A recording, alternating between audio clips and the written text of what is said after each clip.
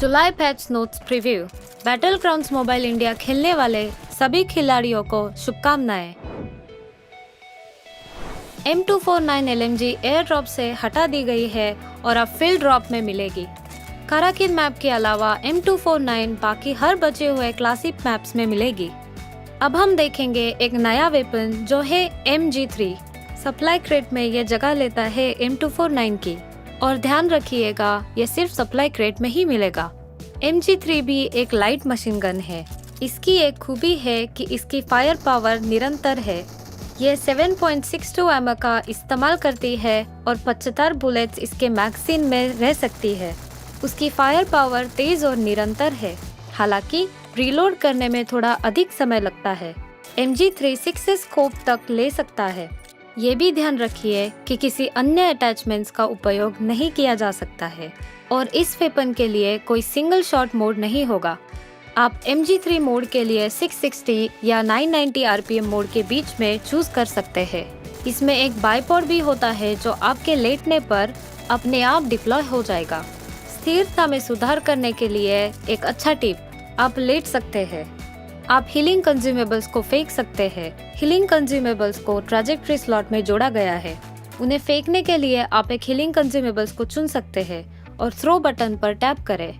Players को ध्यान रखना चाहिए कि जब गलत तरीके से फेंका जाए तो उछल सकता है, तो कृपया इस फीचर का उपयोग करते समय ध्यान दें। टीम के सदस्यों से दूर से पूछना संभव है कि वो आपको हीलिंग कंज्यूमेबल्स फेंके। रैंकिंग सीजन अपडेट हो गया है और इस सीजन में अलग होगा।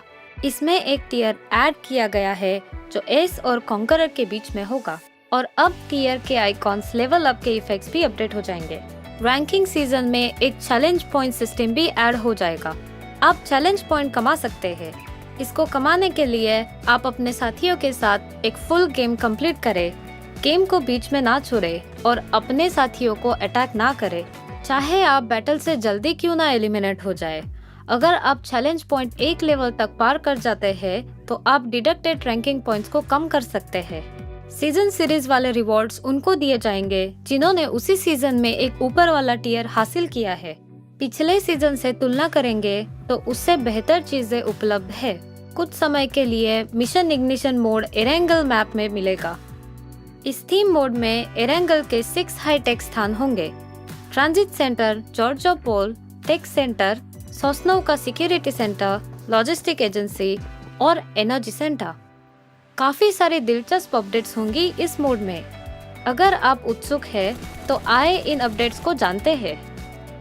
इस मिशन इग्निशन मोड में जब आप पैराशूट से लैंड कर रहे होंगे तो शहरों के नाम 3D में देखे जा सकते हैं और आप मैप पे मार्क किए गए पॉइंट पर ऑटोमेटिकली ड्रॉप कर सकते हैं। हाइपर लाइन्स एक ऐसी हाईटेक हवा में उड़ती हुई लाइन है जिससे आप एक जगह से दूसरे जगह पे जा सकते हैं। ये लाइन कुछ निर्धारित समय पर ही चलती है और इनके रूट्स भी तय है। आप मिनी मैप पे मार्क स्टेशन से ट्रेन ले सकते हैं और जल्द ही आप दूसरे स्टेशन पहुंच सकते हैं। सेमी ट्रक स्वायत्त ड्राइविंग वाहन है जो निर्धारित मार्ग पर चलते हैं और सप्लाई से भरे होते हैं। अगर आपको अच्छी लूट चाहिए तो इन ट्रक्स पर आक्रमण करें। अगर आप इन्हें नष्ट करने में सफल हुए तो आपको सप्लाई बॉक्सेस का रिवॉर्ड मिलेगा। जहाँ से भी देखे ये एक भविष्य की चीज लगती है। The G38 gravity free motorcycle जमीन के ऊपर मंडराता है और इस पर 2 लोग बैठ सकते हैं। क्योंकि ये दोनों जमीन और पानी पर चलती है, आप पूरा मैप घूम सकते हैं। जब प्लेयर्स एयर कन्वेयर पर बैठेंगे तब वो हवा में होंगे। इस एयर कन्वेयर पर 2 लोग बैठ सकते हैं। ASM अबाकान सबसे नई असॉल्ट राइफल है जो मिशन इग्निशन मोड में डाली गई है। ये 5.56 एमओ यूज करती है और 30 गोलियां एक रीलोड में फायर करती है।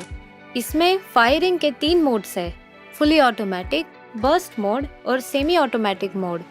और इसमें स्कोप, कैंटेड साइट्स, मैगजीन्स ये सब अटैच हो सकती है।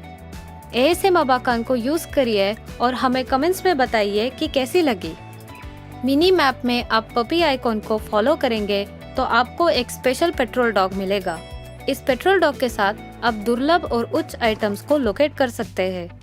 टैक्टिकल मार्किंग डिवाइस के साथ आप खुद भी चेक कर सकते हैं कि आपका साथी किस दिशा में फायर कर रहा है दुश्मन की जगह कहाँ है और सड़क की जानकारी भी मिनी मैप पे मिल जाएगी और ये आपको आसपास के ग्रेनेड की सूचना दिलवाएगी। इस हाईटेक शहर में आप रायट शील्ड से अपने आप को बुलेट से सुरक्षित कर सकते हैं। इसकी बनावट काफी बड़ी और मजबूत है। आपातकालीन में इसे इस्तेमाल करना ना भूलें। एक बार आप इसे सेट कर देंगे फिर इसे हिला नहीं सकते। तो जरूरी है कि आप एक बढ़िया जगह देख के अपनी शील्ड का इस्तेमाल करें और बटन दबा के उसे सेट कर दें। आपके गेम को और पर्सनलाइज करने के लिए हमने और सेटिंग्स लगा दी है। हर एक बंदूक की सेंसिटिविटी आप अलग से सेट कर सकते हैं और अपने गन की सेटिंग्स को कॉपी करके ऑनलाइन ही स्टोर कर सकते हैं। कुछ लो स्पेसिफिकेशन वाले डिवाइसेस पर स्मूथ से भी नीचे एक ग्राफिक का ऑप्शन डाल दिया गया है। हमने 90 FPS कुछ नई डिवाइसेस के लिए भी डाल दिए हैं। आप अब गायरोस्कोप की सेंसिटिविटी का परिवर्तन कर सकते हैं। जब गायरोस्कोप एक्टिवेट होगा और आप फायरिंग कर रहे होंगे तब टिल्ट कैमरा की सेंसिटिविटी भी बदली जा सकती है।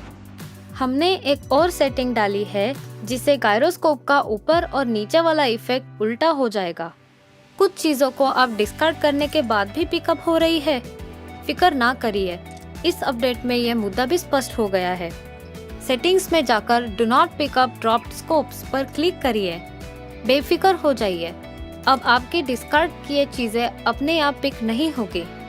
और हाँ, एक और चीज, एडवांस पिकअप ऑप्शन, इसे आप अपने हथियार का फेवरेट अटैचमेंट सेट कर सकते हैं। यह सेट करने के बाद आपकी फेवरेट अटैचमेंट बाकी सब को रिप्लेस कर देगी। आप सेटिंग को इस समय एडजस्ट भी कर सकते हैं। थर्ड पर्सन कैमरा में देखने का ऑप्शन डिफॉल्ट रूप से 80 पर सेट होता है और इसे 90 तक बढ़ाया जा सकता है। ये रिलेटिवली वाइड कैमरा वाले डिवाइसेस पर दिखाई नहीं देता। विभिन्न EPS पर तेजी से लॉन्च का संतुलन में सुधार किया गया है ताकि बस स्पीड में कोई अंतर ना हो। हम बैठने के लिए तरक की गिनती करते हैं और साथ ही बैठने की प्रतिक्रिया समय में सुधार करते हैं। आप विभिन्न मूवमेंट्स को भी आजमा सकते हैं। हीलिंग कंज्यूमेबल्स का उपयोग करते समय ऑटो पिकअप रोक दिया जाता है। यदि वर्तमान हथियार उपयोग के दौरान गोला बारूद से बाहर हो जाता है तो ऑटोमेटिकली अगले उपलब्ध हथियार में बदल दिया जाता है। बिना कोई एमिनेशन वाली फ्लेयर गन्स ऑटोमेटिकली नहीं उठाई जाएंगी। रिमेनिंग मैग देखने के लिए अब अलग अलग रंग है।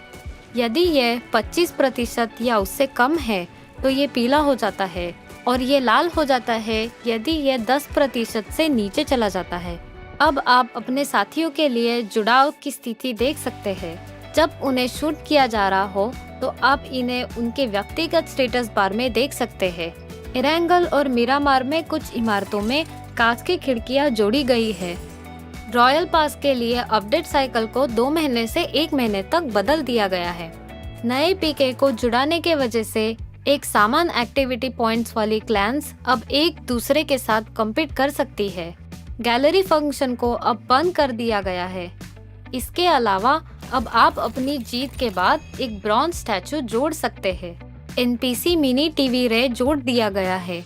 रे आपको लॉबी में संदेश, अलर्ट और घोषणाओं के बारे में सूचित करता है और आपको इसे आसानी से नेविगेट करने में मदद करता है। ये एक प्यारा इमोटिकॉन के रूप में एक अतिरिक्त बोनस की तरह जो आपको लॉबी के माध्यम से अपने रास्ता नेविगेट करने में मदद करता है। ऐसा तब दिखाई जाता है जब आप गेम शुरू करते हैं और आपको विभिन्न अपडेट्स के बारे में सूचित करते हैं। ये आपके साथ प्रैंक भी कर सकता है और हंसी के अच्छे समझ के लिए जाना जाता है। मुझे आशा है कि आप सभी को रे के साथ बहुत मजा आएगा। ये आज के अद्यतन प्रीव्यू का अंत है। अब चिकन डिनर का समय आ गया है।